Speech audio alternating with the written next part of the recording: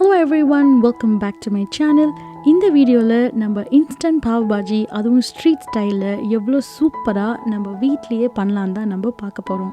வெறும் 2 இன்க்ரீடியன்ஸை வச்சு தான் நம்ம இன்றைக்கி பாவ் பாஜி பண்ண போகிறோம். ரொம்ப சிம்பிளாக டேஸ்டியாக எப்படி இந்த பாவ் பாஜி பண்ணலான்னு பார்க்கலாம் வாங்க.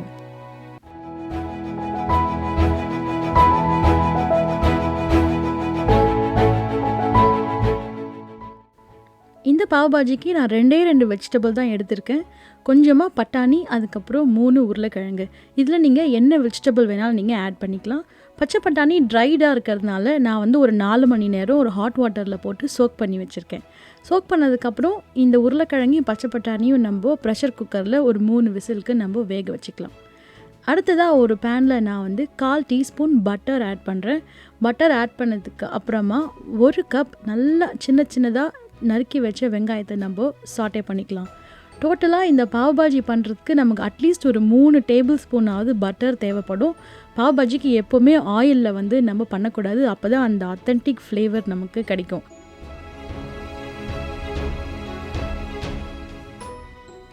அனியனில் இருக்கிற வாட்டரை சீக்கிரமாக ரிலீஸ் பண்ணுறதுக்கு கொஞ்சமாக உப்பு சேர்த்தாலே போதும். சீக்கிரமாக வெங்காயம் வேக ஆரம்பிச்சிடும். பாவ் பாஜிக்கு வெங்காயம் ரொம்ப வேகணுங்கிற அவசியம் கிடையாது, லைட்டாக கலர் மாறினாலே போதும்.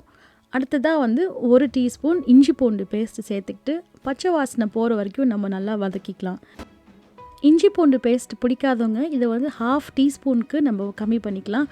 ரொம்ப போட்டோம்னா ஒரு மாதிரி குருமா ஃப்ளேவர் நமக்கு வந்துடும். ஸோ 1 டீஸ்பூனே இதுக்கு போதும்.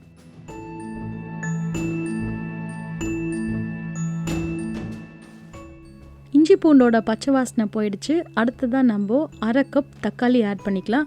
இன்றைக்கி நான் நல்லா பொடியாக அரைஞ்சி வச்ச தக்காளி நான் ஆட் பண்ணிக்கிறேன். ஒரு வேளை இது வாயில் படும் அப்படின்னு நினச்சிங்கன்னா இது நம்ம மிக்சியில் கூட நம்ம அரைச்சி நம்ம தக்காளி பியூரேவாக கூட நம்ம சேர்த்துக்கலாம். ரேஷியோ பார்த்திங்கன்னா 1 கப் வெங்காயத்துக்கு 1/2 கப் தக்காளி. அதிகமாக சேர்த்துட்டோம்னா ரொம்ப புளிக்க ஆரம்பிக்கும், அதனால 1/2 ரேஷியோவே போதும். இந்த வெங்காயம் தக்காளி வதங்கிறதுக்குள்ளார நம்ம ப்ரெஷர் குக்கரில் வச்சோம் இல்லையா உருளைக்கிழங்கு பட்டாணி, இது எல்லாத்தையும் நம்ம மசிச்சு வச்சுக்கலாம்.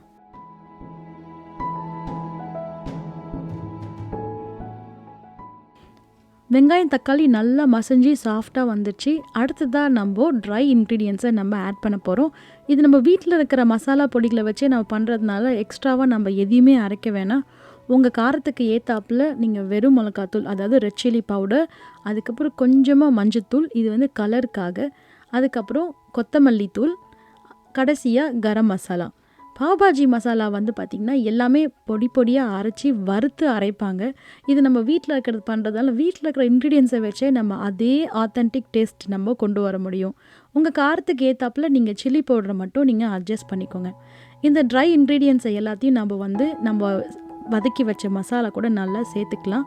இன்ஸ்டண்ட்டாக நம்ம தண்ணி எதுவும் ஊற்ற வேணாம். இருக்கிற அந்த பட்டர், அதுக்கப்புறம் வெங்காயம் தக்காளி இருக்கிற வாட்டரில் யூஸ் பண்ணி நம்ம ஃபஸ்ட்டு நல்லா வதக்கிப்போம்.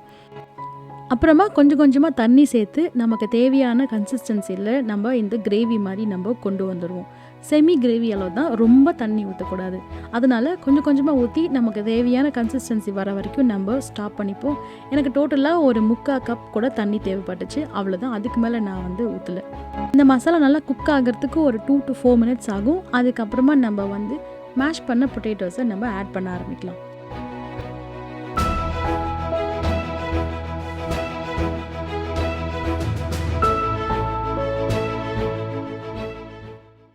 மசாலா நல்லா குக் ஆகிடுச்சு. அடுத்ததாக நம்ம வேக வச்சுருக்கிற காய்கறியை நம்ம ஆட் பண்ணிக்கலாம். இன்றைக்கி நம்ம 2 இன்க்ரீடியன்ஸை ஆட் பண்ணியிருக்கோம். ஒன்று உருளைக்கிழங்கு, இன்னொன்று பட்டாணி.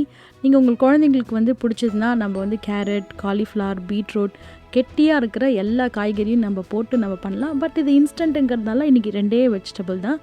நம்ம மசாலா கலர் பார்த்திங்கன்னா நல்லா பிரைட் ரெட்டாக இருக்குது. இதில் நான் எந்த ஆர்டிஃபிஷியல் கலர்ஸ் எதுவுமே நான் ஆட் பண்ணல. நம்ம யூஸ் பண்ணுற ரெகுலர் சில்லி பவுடர், அதுக்கப்புறம் மஞ்சத்தூள், இவ்வளோ தான் நான் ஆட் பண்ணியிருக்கேன். நல்ல கலர் வேணும்னா நீங்கள் காஷ்மீரி சில்லி பவுடர் கூட நம்ம யூஸ் பண்ணிக்கலாம். உப்பை நம்ம அட்ஜஸ்ட் பண்ணிப்போம். ஏன்னா நான் ஆல்ரெடி காய்கறி வேக வைக்கும் போது லைட்டாக நான் உப்பு சேர்த்து தான் நான் வேக வச்சேன். இது ஒரு 5 minutes நல்லா கொதிச்சிச்சுன்னா நம்மளோட பாஜி ரெடி. அடுத்ததாக நம்மளோட பாவ் டோஸ்ட் பண்ணிக்கலாம். இன்றைக்கி ஒரு தோசைக்கல்லில் நான் பட்டர் ஆட் பண்ணி நம்மளோட பாவை நான் வந்து ஹாஃபாக ஸ்லைஸ் பண்ணி வச்சுருக்கேன். இந்த பட்டரில் நல்லா காரம் விரும்புகிறவங்க சில்லி பவுடர் போட்டு கூட நல்லா டோஸ்ட் பண்ணிவிட்டு அதுக்கப்புறமா நம்ம பாவை போட்டோம்னா எக்ஸ்ட்ரா சில்லியாக எக்ஸ்ட்ரா ஒரு டேஸ்டியாகவும் இருக்கும். பட் இது குழந்தைங்க சாப்பிட போகிறாங்கிறதுனால நான் ரொம்ப சில்லி பவுடர் நான் ஆட் பண்ணலை. நம்ம ஒன் சைட் பாவு நல்லா டோஸ்ட் ஆகிடுச்சு. இப்போ நம்ம பேக் சைடையும் நம்ம டோஸ்ட் பண்ணிக்கலாம். ஆப்ஷனல், உங்களுக்கு இன்னும் பட்டர் வேணாலும் நம்ம பட்டர் சேர்த்துக்கலாம். அவ்வளோதான், நம்மளோட பாவு நல்லா டோஸ்ட் ஆகிடுச்சு. இப்போ நம்ம வந்து ரெடி பண்ணிக்க வேண்டியது தான்.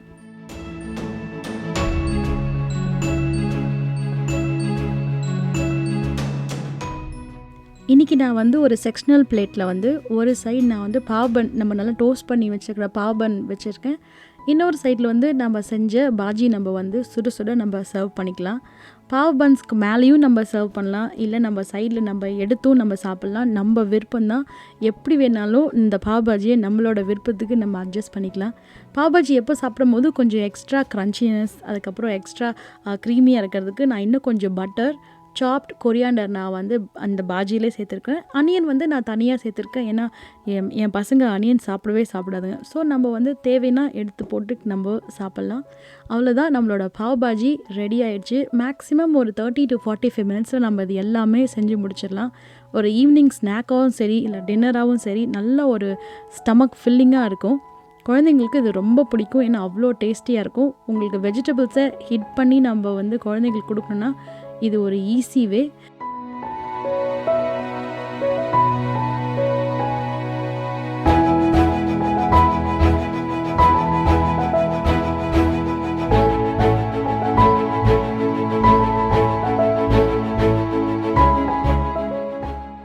இந்த வீடியோ உங்களுக்கு பிடிச்சிருக்குன்னு நினைக்கிறேன். நீங்கள் ட்ரை பண்ணிவிட்டு எப்படி வந்துச்சுன்னு எனக்கு கமெண்ட் பாக்ஸில் போடுங்க.